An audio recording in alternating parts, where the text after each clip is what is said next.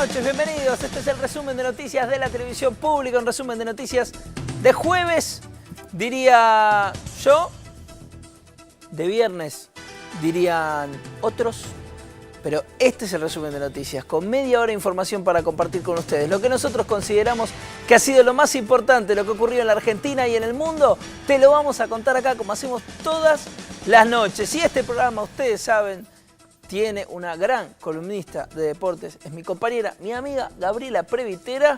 Muy buenas noches, Gaby. Muy buenas noches, Pablo. En minutos más te estaré contando cómo pasó River, que hace algunas horas jugó por Copa Argentina, le costó otra vez y desde el punto penal venció a Colón. Comenzamos nosotros ya mismo con toda la información. Lo primero tiene que ver con que la presidenta Cristina Fernández encabezó el acto por el aniversario número 160 de la Cámara de la... Ay, ¿cómo estamos hoy? Qué jueves, viernes, qué mamadera. La presidenta encabezó el aniversario número 160 de la Bolsa de Comercio. Vamos a ver la nota. Remitimos al Parlamento, como siempre lo hemos hecho, también un proyecto de ley donde, además de evidenciar la voluntad de pago al 100% de los acreedores, generamos y creamos los instrumentos para que esa voluntad se vea plasmada en el depósito de cada vencimiento, de cada una de las obligaciones en tiempo y forma, como hemos hecho del año 2005. El próximo vencimiento de $200 millones que tenemos que pagar con motivo de ambos canjes se operará el día 30 de septiembre del corriente año, luego hay otro vencimiento en octubre y posteriormente uno más grande de aproximadamente $1.000 millones durante el mes de diciembre. Por eso también, ante la obstrucción para que puedan cobrar quienes son los legítimos acreedores de la Argentina y los legítimos dueños de los recursos, es precisamente que hemos enviado este proyecto de ley. Ante la obstrucción ilegal e ilegítima que hemos sufrido. Debo confesarles que hemos llevado adelante negociaciones que tal vez en otra etapa no las hubiéramos hecho, que hemos aguantado y tolerado cosas que tal vez su amigo, como usted lo dice, Néstor Kirchner, no las hubiera aguantado y tolerado, conociéndole el carácter. Pero debo decir que hemos hecho todos los esfuerzos necesarios a nuestro alcance, no por benignos, ni caritativos, ni buenos, simplemente por una cuestión de responsabilidad de gobierno, de poder llegar a un entendimiento o a un acuerdo. Pero ¿sabe qué? Nos dimos cuenta que el negocio de ellos era precisamente no negociar, no acordar. Ahí estaba el negocio de ellos. Y cuando nos dimos cuenta de eso y que además contaban con una justicia que los amparaba, nos dimos cuenta que era hora de generar instrumentos para garantizar el cumplimiento de nuestros contratos y el pago soberano de nuestra deuda. Les permitimos entrar al canje a aquellos que tengan juicios con ganancias que van a superar el 300%. Sinceramente creo que más no puedo dar, primero porque no es mío lo que estoy dando, es de todos los argentinos. Y en todo caso, si alguien quiere dar más, tendrá su oportunidad de gobierno para hacerla. Bueno, quiero llevar tranquilidad a la población, es miércoles hoy. Y pasada las 12 de la noche, jueves. Lo que seguro estamos no es viernes. Tranquilidad a la Argentina. Nosotros continuamos con la información. Habló el ministro de Economía, Axel Kicillof, y aclaró que el proyecto de pago soberano, el proyecto de ley que envió el Ejecutivo al Congreso, no propone un cambio de jurisdicción, sino de sede de pago. Estoy haciendo un cuento. Fue así, año tras año, durante 30 años. Lo único que pasaba es que había que ir a pedirle, por favor, a los organismos financieros y al sistema financiero internacional que nos prestaran, no para hacer una nueva central nuclear, no para crecer, sino para poder pagar lo que ya era impagable. Y el fallo del juez Griesa dice, por los bonos que presentan los fondos buitres, páguese el 100%, más intereses, más punitorios. Es la bola de nieve de 2001. que la quieren volver a construir. ¿Y por qué decimos que ese fallo es imposible en su cumplimiento? Porque estos señores compraron bonos por 50 millones de dólares y el juez Griesa ahora le dice a Argentina que hay que pagar ya. Y cuando digo ya, para que todos los que hablan, no, hay que hacerle caso al juez Griesa. Lo que dice el juez Griesa es, ustedes no pueden pagarle al 92,4% si no le pagan al contado, en efectivo, inmediatamente a estos señores que pagaron 50 millones de dólares, 800 millones de dólares, ya, la bola de nieve. Refiriéndose a este tema, el gobernador de la provincia de Buenos Aires, Daniel Scioli, adelantó que va a acompañar y apoyar esta ley de pago a los bonistas. Por su parte, el jefe de gobierno, Mauricio Macri, adelantó que el PRO va a votar en contra. Nosotros no vamos a aplaudir un default como en el año 2002, muchos ya lo hicieron. Por eso, el bloque de senadores del PRO y de diputados del PRO va a votar en contra de este proyecto de ley que ha anunciado la presidenta que va a enviar en horas al Congreso de la Nación. Porque sabemos que ese tipo de medidas, ese tipo de situaciones es pan para hoy y hambre para mañana. Entonces este no es el camino, claramente este no es el camino. Este nos aleja del mundo, nos aísla del mundo. Argentina sigue explorando, buscando alternativas para dar certidumbre a los acreedores y alcanzar la normalización plena del frente externo. Así que yo espero que no haya mezquindad política, no haya egoísmo, no haya grandeza, haya colaboración, haya sentido profundo de la responsabilidad de acompañar la decisión de un gobierno nacional de encontrar una solución definitiva a este flagelo que son las características operativas de estos fondos especulativos que han hecho estragos en las estructuras sociales, económicas, productivas de los países. El Senado comenzó a debatir en un plenario de comisiones con presencia de funcionarios del Gobierno Nacional el paquete de medidas denominado de defensa del consumidor. No nos hace falta esperar que se sancione esta ley para saber si va a causar o no efectos negativos. Ya sabemos que los va a causar. Hay que recordar, no quiero volver al pasado ni hacer acá el recordatorio de hechos históricos negativos para la Argentina, pero en el 2001, 2002, 2003, el campo estaba quebrado, Echevarne. Esta última década ustedes han mejorado, han tenido precios altamente competitivos en el plano internacional. Al compás de la soja han crecido, han tenido acceso a beneficios crediticios. Comparamos este proyecto de ley con la ley que ya se aplica en Venezuela. Bueno, mal ejemplo. Mal ejemplo. Miren que hay países para poder copiar o sacar las cosas buenas que han hecho. Pero realmente que sigamos el ejemplo de Venezuela con los fracasos que viene teniendo. Yo les puedo asegurar que no hay un solo artículo, lo digo categóricamente, ni un solo artículo de los 3 proyectos que mandamos que tenga ni inspiración ni se asemeje a ninguno de los proyectos de ley de Venezuela. Y lo digo, o de las leyes de Venezuela, y lo digo porque también un diputado de la oposición planteó que estamos hablando de, no sé, el sistema endógeno de Venezuela y no sé qué, que después se averiguó el sistema endógeno de Venezuela, son innumerable cantidad de leyes. La verdad que ni un solo artículo tiene que ver con Venezuela. Todas las exposiciones de la sociedad rural tienen una característica particular. Unen el arco opositor siempre para criticar y fustigar al gobierno.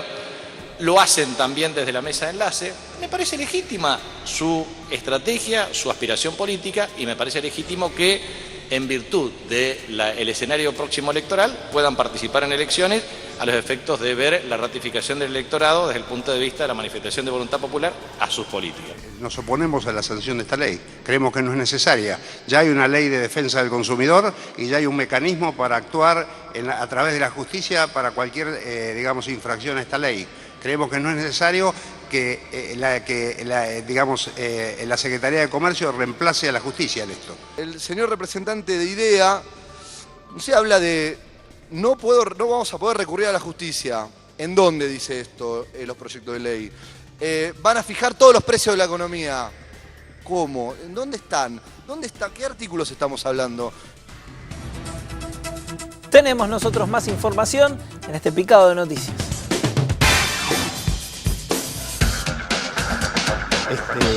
El secretario de Seguridad, Sergio Berni, dijo que no realizó declaraciones xenófobas y defendió su reclamo a los legisladores para que aprueben leyes que permitan deportar a quienes llegan al país para delinquir. Fueron detenidos por la Policía de Seguridad Aeroportuaria los represores Luis María de Laico y Raúl Esteban Andrés. Están imputados en la denominada mega causa del Ejército por delitos de lesa humanidad en Bahía Blanca. Autoridades del gobierno ruso y ministros argentinos acordaron en Moscú una agenda de negocios que permitirá ampliar las exportaciones tras el veto comercial del presidente Putin a Estados Unidos y Europa. La tabacalera Nobleza Picardo aumentó a partir de este miércoles sus cigarrillos con un 13,5%. Se sumó así a los incrementos que ya había aplicado la empresa Mazalín Particulares el lunes pasado. El detenido y sospechoso por el crimen del joven ciclista en Belgrano está acusado de haber baleado en las piernas a un hombre de 66 años en otro robo de una bicicleta en Victoria, partido de San Fernando. La empresa Intercargo presentó Arbus, un nuevo servicio de transporte terrestre para pasajeros y empleados del aeroparque Jorge Newbery. Son 15 micros y el boleto es de 20 pesos a pagar con la tarjeta SUBE. Sale de Pacífico, Retiro, Centro y Puente Saavedra.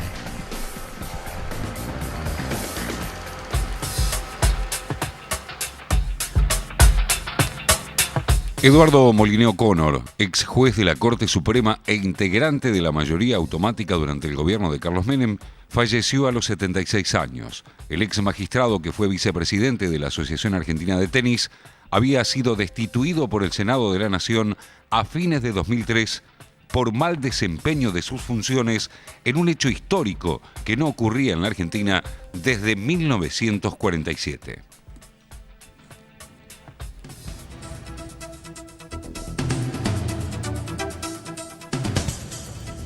Vamos a ver ahora un informe vinculado a las acusaciones que tiene el fiscal José María Campagnoli por un archivo de fotos hallado en su fiscalía. Las acusaciones dicen que estas fotografías se sacaban a vecinos del barrio Mitre y que luego se utilizaban para mostrar a víctimas de delitos para que reconocieran allí a sus posibles victimarios. Vamos a ver el informe.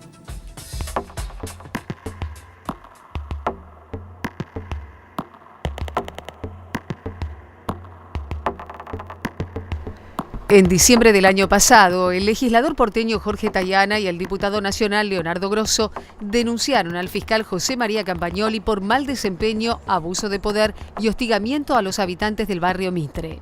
La procuradora Alejandra Giles Carbó acababa de suspender al titular de la Fiscalía de Saavedra por forzar su competencia para comandar una investigación por supuesto lavado de activos contra el empresario Lázaro Báez, perjudicando la causa y favoreciendo a los imputados. En este contexto, la denuncia por Barrio Mitre no tuvo repercusión mediática, pero derivó en un sumario administrativo de la Procuración General.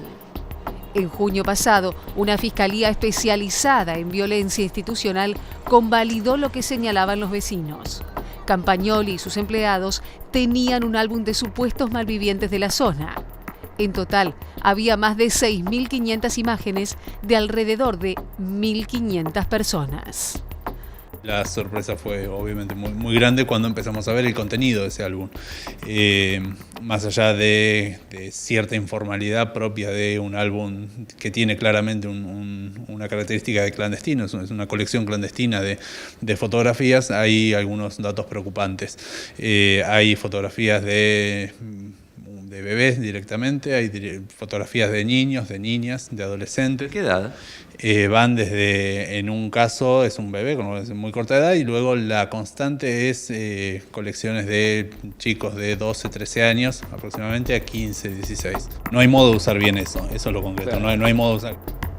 Muchos de esos niños y adolescentes habían sido fotografiados en comisarías de la zona, de frente y de costado, a veces sosteniendo el cartel del sumario policial, aunque tuvieran 12 años o menos.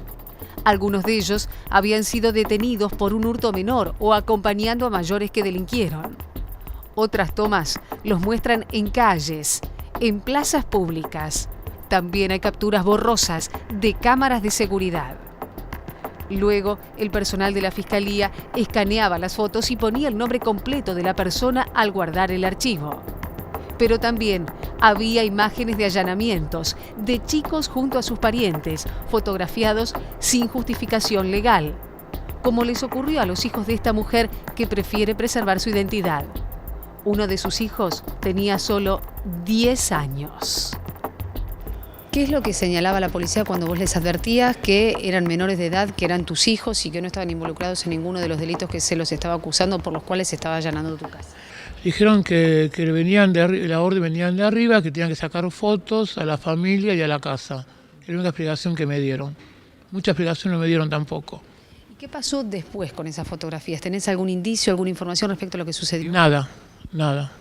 Ninguna explicación, no me dijeron más nada. ¿Vos sabías que no podían fotografiar a los menores? No. ¿Cuántos, digamos, de los hijos que tenés, cuántos son menores de 12 años? Y aquel tiempo eran 4 menores. ¿Ellos también fueron fotografiados? Sí. Y después eran 4 o 5 menores, sí. Le sacaron fotos a todos, a todo el grupo de la familia. Pero no sabía nada que no podían sacar fotos a los menores. Como unos carteles así. ¿Qué decían esos carteles? Los datos del nombre de mis hijos, que tengan así, como delincuentes, como eran delincuentes mis hijos, tienen nada que ver. Para el Comité de Seguimiento de la Aplicación de la Convención por los Derechos del Niño, el álbum es una aberración sin límites. Viola la Convención Marco, las reglas de Beijing y Riad, la Ley Nacional de Minoridad y también la local. Es imposible, de acuerdo a la legislación vigente y al sentido común también, mostrar books de chicos que no están ni van a estar por su edad imputados penalmente. Entonces me parece que es una exhibición obscena de criaturas que están en situación de calle, la mayoría. Y yo creo que además en el afán por encontrar un culpable, aunque haya robado una mandarina de un local porque tienen hambre, se está haciendo una casa de brujas. Entonces, en esta casa de brujas, ¿quiénes son los más vulnerables? Los chiquitos que están en situación de calle. Porque si no después, ¿quién le devuelve a ese chico que por una cuestión de estas ha sido preso en alguna institución, que no hace falta que sea una cárcel, pero una cárcel de menores que existen, los institutos de menores? ¿Quién le devuelve a este chico lo que perdió, inclusive su familia, el contacto con su familia, su escolaridad? Es decir, una cantidad de cosas que pierde un chico que está institucionalizado. Según el fiscal Abel Córdoba, estas imágenes eran la materia prima de causas judiciales, impulsadas a través de ruedas de reconocimiento fotográfico. Los niños y adolescentes previamente estigmatizados podían ser luego criminalizados. Los mayores de edad corrían otra suerte, que será analizada en la segunda parte de este informe.